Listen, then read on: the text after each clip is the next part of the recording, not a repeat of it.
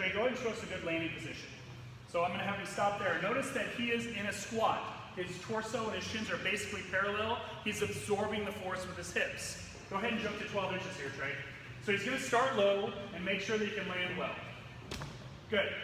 Now we're going to go to the next height. And now, Trey, I want you to use as much force as you can muster. Good. Still landing in a good position. We're going to go with one more. Now, the higher the jump, the fewer repetitions you do. Good. That is still a good landing position. Go ahead and step down. However, I would not do very many reps at that height. Let's have him jump to 40 inches here. Good. Now there, he's landing at all costs. It's fun to challenge your ability every so often, but if you're doing repetition in the box jump, make sure you're landing in a good squat position to get the biggest benefit out of the exercise.